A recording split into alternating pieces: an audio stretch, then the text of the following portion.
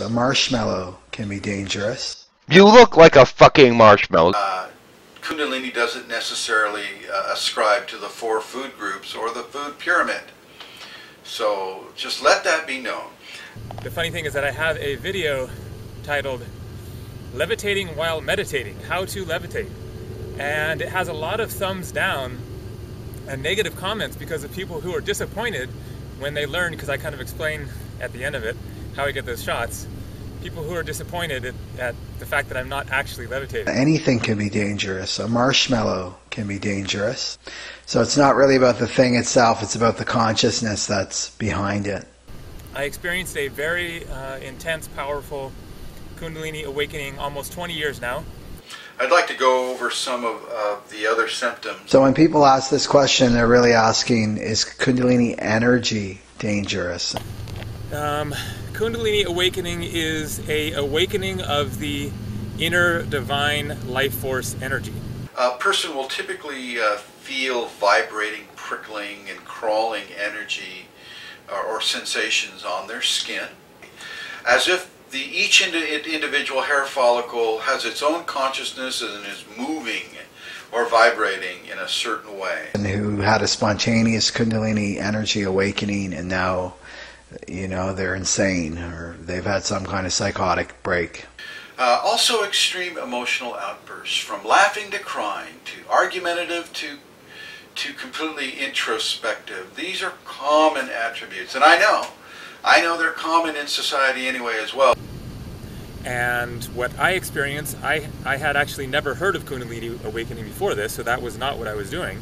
I was simply on a spiritual path, doing yoga, practicing meditation, doing other spiritual practices, on a pretty intense spiritual quest for various inner experiences, but I had not heard of this and was not prepared for what happened when it awakened within me. I can't remember if I mentioned the intense heat and cold alternatively that a person can feel as this energy becomes awake within them. We have Kundalini Yoga in meditation. That's a safe way to raise your Kundalini energy. But it also has a very difficult, challenging, overwhelming component to it, which many people are experiencing because it is a very intense energy and it brings up a lot of denied subconscious stuff within our being, within our consciousness. Numbness in the extremities and pain, actual black and blue visual pain in the left big toe and the toenail are a pretty clear indication of Kundalini awakening within the individual. You know, if going back to the person that had a psychotic break, yes, that has happened with some people. I went through a incredibly difficult, challenging, overwhelming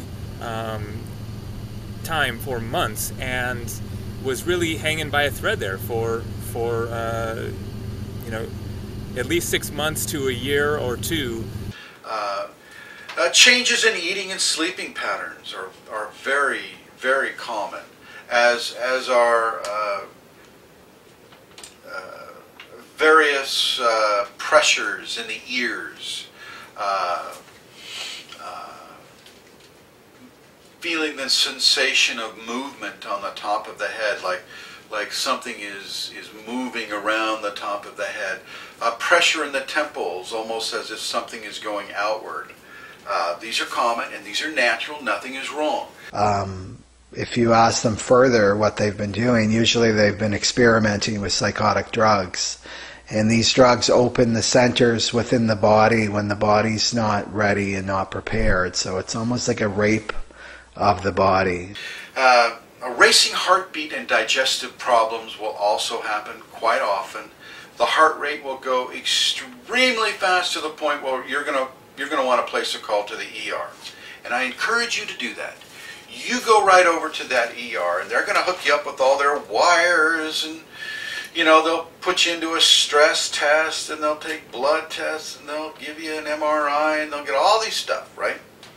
And they'll find nothing. Say, oh, Mr. Krishnamurti, maybe you're just having an anxiety attack. It's not a healthy way to explore your spirituality. Spontaneous movements. Case, I still, have difficult times with this even now, 20 years later.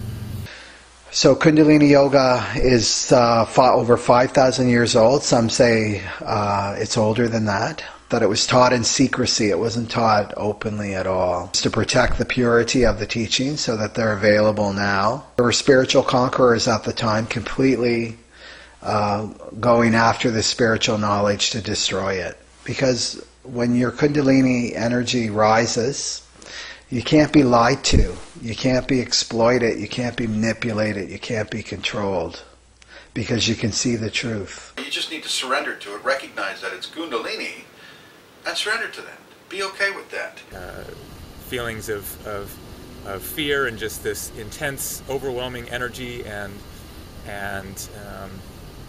this propelled me into a state of being over the next several days that was very much like a bad drug trip for anyone who has had such an experience, to the extent that I was basically just like wandering around the city of Austin, Texas throughout the day, just in a total daze.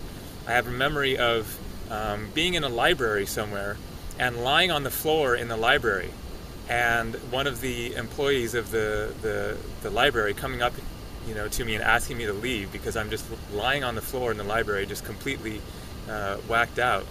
So this continued over the course of several days, just this whole torrent of surreal symptoms, feeling as if there is fire burning at the base of my spine, electric shocks going on all throughout my body,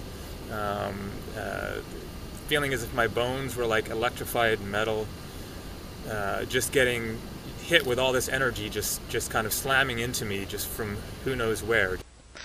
So this is what this science can do for you in your life.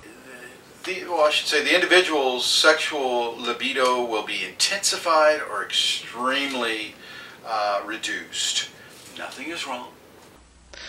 So Yogi Bhajan, the master of Kundalini Yoga in 1969, saw this huge consciousness awakening in the West, also called the hippie movement. And he said, okay, these people are ready. They're ready for this technology. Yogi Bhajan. I read it as Bhajan, because that kind of makes sense. His name was Bhajan. We're talking about the spiritual leader and entrepreneur that started 3HO and brought Kundalini to the U.S. The technology works with prana and apana. And prana is the life force of the universe. Apana is the eliminative force. Oh boy, both calling it technology and talking about the eliminative force. I don't know if I should brag on him for calling yoga a technology or if I should just do a fart joke. It mixes these energies together and it creates pressure on the pranic center, which creates a heat, which pressurizes the Kundalini energy that's locked. If it doesn't awaken, it stays locked in your root chakra. Okay, you asked for it, Marshmallow Boy.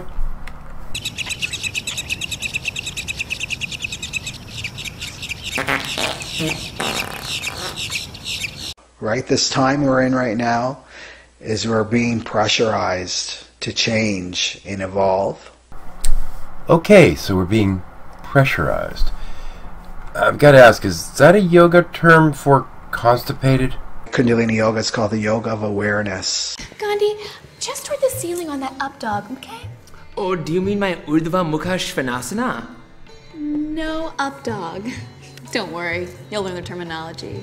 So the purpose of all yoga is to raise your Kundalini. Oh my god, that is so spiritual. Bitch, you do realize this is my actual religion, right? Okay, I want to read you something from the ancient scriptures about Kundalini Yoga. The so-called yoga, which the West and part of the East in India, was invented about the 17th and 18th century. So it says if you were to combine 12 years of Hatha Yoga with 6 years of Raja Yoga and 3 years of Mantra Yoga with 1 year of Laya Yoga, it would be equivalent to 1 year of Kundalini Yoga. The real yoga, which is called Raja Yoga, king of yogas, is to lead highly moral life, true ethical activity in life, not to hurt, not to drink, not to drug yourself, right amount of sleep, right amount of food, clear thinking, and acting morally. So Kundalini Yoga is the mother of all yogas. I don't know why they call it yoga. It should be called just exercise. But that wouldn't appeal to you. Just take a breath and flow your chakras down into your heart center. What the fuck? Never mind. I'm leaving. Fuck all of you. Sirs, you can do this kind of yoga exercise for the rest of your life. You won't awaken spiritual insight, nor will the awakening of a higher energy come into being. Namaste, everyone. Namaste. You don't know what that means! There's an awful lot of things that people believe Kundalini to be. Many of them are experientially based, and Kundalini is certainly not those things. Oh, no, it's another one. No, make them stop. If you read the text, the ancient texts, and you understand what is meant by Kundalini. 17th, 18th century. Please, just get to the point. If you are experiencing some manifestation of light or subtle energy in your body or some such thing, I'm not trying to devalue the experience. It is what it is. But this is not Kundalini. These are the signs and symptoms of developing concentration and energy. Okay, from this point on, this guy just goes full fucking apologist for the whole thing, and it's... I've had enough of this. So, Kundalini is, through exercise, etc., causing yourself nerve damage. I'm done with this topic. I'm not putting up with any more of it right now, especially because I gotta go after Spirit Science next in his most recent video, and I'm gonna try and get that out today or tomorrow. So I'm gonna close this out with somebody giving a talk about the nerve that's, I believe, is damaged by these practices, which is called the vagus nerve. Take it away. Okay, moving on. Cranial nerve number 10. Cranial nerve number 10 also leads through the jugular foramen, cranial nerve vagus. Vagus is the wandering nerve, okay? So what I say to my students when we're teaching them is it's always wondering about food, okay? So it follows very closely to the root of the alimentary tract. So the minute it disappears out the brain, it's straight away looking, where can I go to the tuck shop, okay? As it's wandering about, meandering, is what its name says, it's looking for food. So first stop, oh, look, there's food coming in through this way. I'll just pop into the pharynx and get a quick fill. And then he heads down, and he follows the line of the esophagus through the posterior mediastinum, following the line of the esophagus, sends out his branches to the heart. Some branches go off to the lungs, pulmonary and cardiac plexuses, continues, following the line of food. He goes through the diaphragm, along at the esophageal hiatus, following the line of food, and then suddenly he's through to the land of milk and honey. Everywhere he looks, there's food. If he turns left, if he turns right, there's food everywhere. And he goes a bit mad when he gets down into the abdomen. And that's vagus nerve going absolutely everywhere and joining on to the enteric nervous system, which belongs to the guts. And it contributes with a cranial component to this autonomic nervous system, which is an automatically self-governing nervous system of the enteric nervous system in your guts. But we'll, as you've already heard from Sean, explain the different types of nervous system available. That just ties in quite nicely.